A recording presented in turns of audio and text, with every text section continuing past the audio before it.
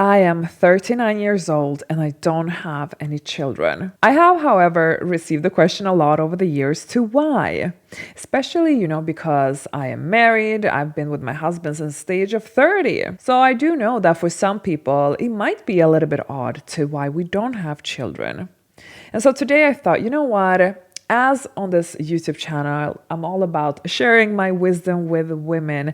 I thought that this conversation is a really important one to have, whether you have children or you don't have children. Now look, I know that this can be a sensitive topic for some, so I want to be completely transparent with you in today's video. So I am going to say exactly how I feel around this subject.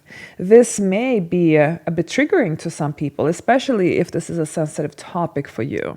So first and foremost, when I was in my 20s, I didn't necessarily have that strong pull towards motherhood, but I definitely thought to myself that someday in my 30s, I was going to have children. I think because it's just what's kind of expected of you in society, so I went along with that, right? And then I met my husband, I was 30, and I felt at that point that, well, I want to enjoy life a little bit more. My career also started taking off. So I said to myself, well, I can afford to wait a few more years.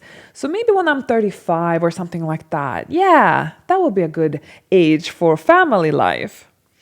Then I turned 35, I turned 37, I turned 38, and I still didn't feel ready. Ready from the perspective that I was enjoying my career, I was enjoying my life, my hobbies, and especially because I have worked really hard on reaching the level where I'm at. I've been really feeling that I worked so hard to level up. Now I just want to have some time to enjoy it because obviously family life is enjoyable too.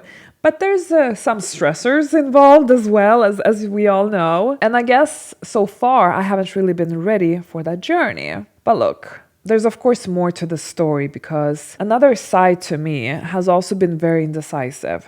Like I said, I don't have this very strong pull towards motherhood, but I'm also not the type who is completely against it. Like I do see the charm and beauty of it, and I think that I would definitely make a good parent one day. However, I also think there's a lot of disadvantages to that journey. And so for the last 10 years, I've been just pretty much every day sitting with the pros and cons list and thinking about what I want to do in life. And let me tell you, it has been so incredibly draining. Oh, I am honestly exhausted. I am so fed up with thinking about this topic and what I want to do on this chapter. The honest truth is that I still haven't made up my mind. I still don't know. Because the amount of pros on the list is equally long as the cons. And it's very hard when it's a draw like that to make up your mind. And especially, like I said, when you don't have that very strong pull towards motherhood, then it's so easy to come up with 101 reasons to why not to, right? But okay. This is not the only reason to why I don't have children, because I have been thinking a lot about why I am so indecisive. And I do think that there are some deep reasons also behind. And I want to share them with you because maybe some of you can relate. All right. First, big reason number one, anxiety and worry. Now look, if you have been following my work, my channel, etc., you know that I've been very open about the fact that I've gone through times of anxiety. Luckily, it's dormant right now. I cured my anxiety about 2 years ago. And I am terrified for that chapter to reopen again. Not just reopen how it was, because I can deal with that. But I'm very scared for the fact that I think that parenthood brings out a completely different level of anxiety. I think we are programmed to, once we have children, to naturally develop that worry, because that worry keeps the children safe. Additionally, a lot of parents have also shared how they never went through times of anxiety. Yet, when they had children, they developed all kinds of anxieties. Particularly death anxiety is something I have heard a lot about. And add to that, you're also constantly worried about the safety of your children, whether when they're small or when they start becoming teenagers. It's just one of those things that as a parent, regardless of how old your children are going to be, you're always going to be worrying about them to a certain degree. And that scares me so much to the point that I ask myself, do I really want to embark on that journey? Because my life was hell when I just went through regular anxiety. Now imagine having some completely different level of anxiety until the day you die. I'm not sure I'm up for that. But then again, I could also be heavily over-exaggerating in my own mind. Or I could be not. That's the thing. We just never know exactly how things are going to turn out for us with our unique psychological makeup and background and all of that. So it becomes a very tricky situation. Then we have the second reason. And we need to talk about upbringing. And this is actually something that I think everybody who's taking a decision about not wanting to have children should really consider before making that very definite decision. I'm saying it because it is so important to kind of turn every single stone upside down and really look what's underneath before taking a completely life-changing decision of not embarking on a specific journey. Because you might notice that something that happened in your past can still be haunting you today in your present time without your awareness of it. And then that might rob you of a fabulous future, perhaps. There are so many things that we have gone through in the past when we are children, when we are young, because during those years, we are so incredibly impressionable. Sometimes minor things can affect us in adulthood, but oftentimes as well, big things might haunt us later. Like if we went through traumas, or we grew up in dysfunctional families, or if we have a really bad relationship with our parents, etc. And so if one doesn't deal with that or try to understand that better, then you might not even realize that today as an adult, you might be completely anti-children because of something that happened then. I grew up in a very small family. I didn't grow up around children. I'm an only child, and my whole family tree is very small, so we didn't really have a bunch of cousins around us or small children running around. And so I didn't really have that exposure, right?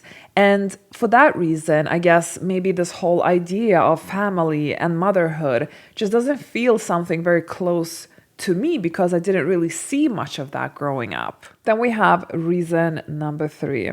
I don't particularly like the way society is from the perspective that we have become such a digital society. Children are grown up with their devices like this. And it gives me a little bit of like a zombie vibe, to be honest.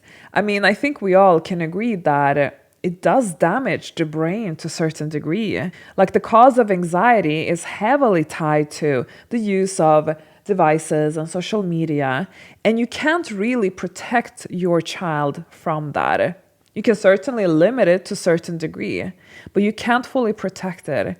And I'm not sure I'm ready for that battle. I also don't look forward to endless arguments about screen time. And I feel like that's a given now for every parent. Screens are so addictive. It's like giving your kids cocaine, right? And then pulling it away from them every single day. I also do think that probably I'm absolutely overthinking everything at this point. And you know what? I have a very unorthodox theory about this. Because look, think about it this way. Nature wants what's best for nature, which is us reproducing, right? But so if you have people like me around with my kind of DNA where you're overthinking things, you think way too much about whether you should have children or not. Technically speaking, people like me are not good for Mother Nature. So you kind of want to get rid of people like me and my kind of DNA to make sure that it's not going to pollute future DNAs because that might become a threat to Mother Nature and the reproductive goal. So who knows, maybe I'm just being cleansed out with nature. But, joking aside, I mean, okay, it's not really a joke, but at this point, I really do think that a life with children can probably be quite amazing. But I also do think that a life without children looks pretty attractive too. So you have like two good things to basically choose. You will never know for sure what's going to be the right decision for you. Because if you go in the direction of family life, you will never know how it is to actually have all those years and do other things with those years. Things that might give you equally or if not more amount of joy. I mean, you can never know that. The same goes for if I go in this direction, which I kind of think that I'm probably going to end up going, of not having children. Of course, I will never know how it is to have children, how it is to experience that.